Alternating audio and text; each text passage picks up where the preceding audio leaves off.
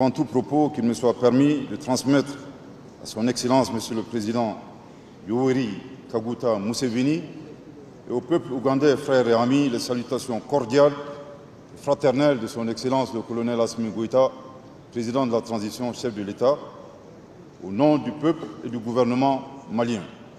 Je tiens également à exprimer notre satisfaction à l'endroit de la présidence azerbaïdjanaise du mouvement des non-alignés pour le leadership et le travail accompli durant les 4 dernières années.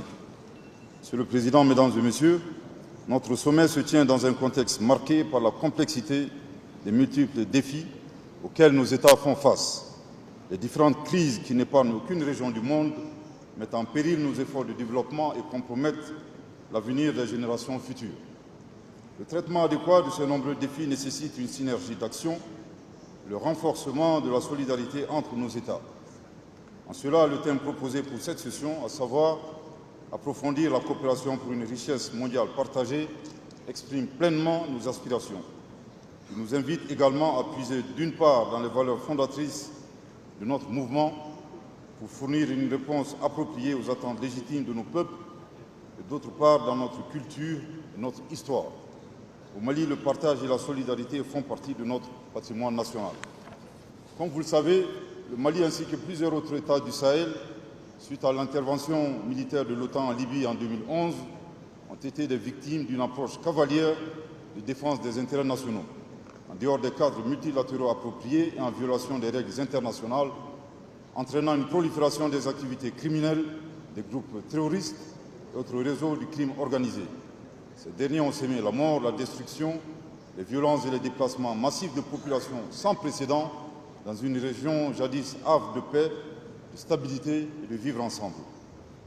Pour aider à relever ces défis sécuritaires imposés, le gouvernement du Mali a bénéficié de l'appui de la communauté internationale qui s'est entre autres manifestée par le déploiement en juillet 2013 de la mission multidimensionnelle intégrée pour la stabilisation au Mali.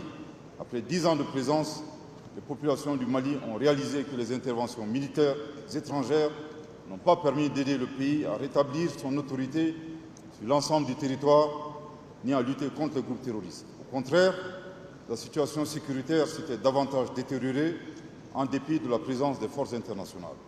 Tirant les conséquences de cet échec, le Conseil de sécurité des Nations Unies a décidé par la résolution 2690 du 30 juin 2023, à la demande du Mali, de retirer sans délai l'amunissement à compter du 1er juillet. Le processus de retrait du personnel de l'amunissement vient de se terminer le 31 décembre 2023 et nous sommes dans la phase de liquidation de cette mission. C'est l'occasion pour moi, du haut de cette tribune, d'adresser la profonde gratitude du gouvernement et du peuple du Mali à l'endroit des pays membres du mouvement des non-alignés pour leur soutien multiforme, notamment humain, financier et matériel, à la mission des Nations Unies au Mali, et de rendre hommage à toutes les victimes civiles, militaires, étrangères comme nationales de l'insécurité au Mali. L'ambition louable des soldats de la paix a hélas été entravée par des acteurs dont l'agenda était tout autre. Parmi ceux-ci figure la junte française aveuglée par les réflexes coloniaux et qui demeure l'un des promoteurs du terrorisme dans le Sahel.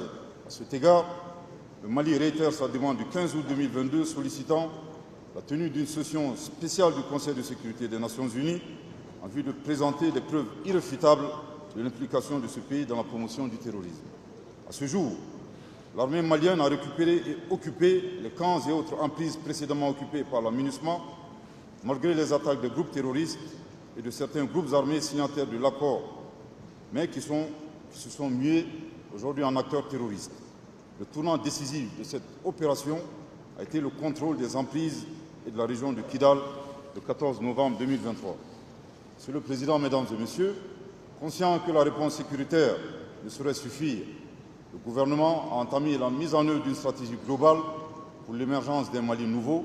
Le point culminant de cette orientation a été l'adoption d'une nouvelle constitution le 22 juillet 2023 consacrant l'avènement de la 4e République. Cette stratégie globale prévoit également des solutions politiques endogènes à certaines dimensions de la crise faite de dialogue et d'appropriation nationale, y compris la prise en compte du bien-être de nos populations, notamment les femmes et les jeunes, afin de soustraire cette couche vulnérable de notre société de l'influence des groupes terroristes et des narcotrafiquants. À cet égard, Le président de la transition a annoncé dans son adresse à la nation à l'occasion du Nouvel An, je cite, avoir pris l'option de privilégier l'appropriation nationale du processus de paix en donnant toutes ses chances à un dialogue direct intermalien afin d'éliminer les racines des conflits communautaires et intercommunautaires. Fin de citation. Cette approche malienne fait suite à des approches similaires qui ont eu des résultats probants en Afrique. On peut citer la commission Vérité et Réconciliation en Afrique du Sud pour soigner les plaies de l'apartheid sans influence extérieure, ou encore la concorde civile, puis la charte pour la paix et la réconciliation nationale en Algérie sans influence extérieure pour résoudre une décennie de terrorisme. Autrement dit, dans un adage de chez nous, le linge sale se lave en famille et c'est mieux ainsi. Tous ces efforts, faut-il le rappeler, concourent à la réalisation de notre objectif ultime, qui est le retour à un ordre constitutionnel apaisé et sécurisé. Partant du principe que nul ne peut aimer le Mali plus que les Maliens, le gouvernement est pleinement engagé dans la mise en œuvre de solutions endogènes issues de la volonté, des attentes et des besoins de nos populations. Par conséquent, nous rejetons d'office les remèdes imposés ou importés et contre-productifs. À cet égard, je réitère avec force, le Mali s'oppose à toutes les formes d'ingérence étrangères dans les affaires intérieures des États. Dans la même veine, le Mali dénonce toutes les autres mesures coercitives unilatérales dont souffrent plusieurs pays de notre organisation commune, à l'instar des sanctions illégales, illégitimes et inhumaines que l'UEMOA et la CEDEAO ont prises contre le Mali, ensuite le Burkina Faso et présentement le Niger, alors qu'elles ont été impuissantes à aider substantiellement ces trois pays dans la lutte contre la menace terroriste. Monsieur le Président, Mesdames et Messieurs, la crise au Sahel a une dimension régionale qui impose une coopération accrue des États concernés pour faire face à nos défis communs de sécurité et de développement. C'est la raison pour laquelle le Burkina Faso, la République du Mali et la République du Niger ont adopté le 16 septembre 2023 la charte du Liptako gourmand établissant l'Alliance des États du Sahel. Cette organisation vise à établir une architecture de défense collective et d'assistance mutuelle en vue notamment de lutter plus efficacement contre les groupes terroristes, mais également de promouvoir le développement des trois États au profit de nos populations et de favoriser la coordination de nos actions politiques et diplomatiques. Monsieur le Président, Mesdames et Messieurs, la délégation malienne a effectué un vol d'environ 6 heures de temps, sans escale, pour honorer l'invitation qui nous a été adressée par votre auguste personne.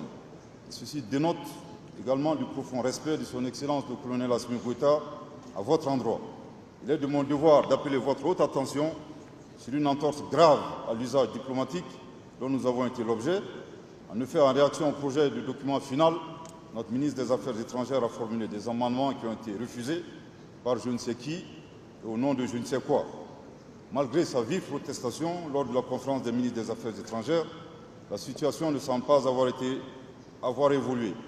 Il est toujours utile de rappeler que le sommet des non-alignés a un ADN qui lui est propre. Cette particularité explique son succès et sa longévité malgré les tensions politiques et géopolitiques.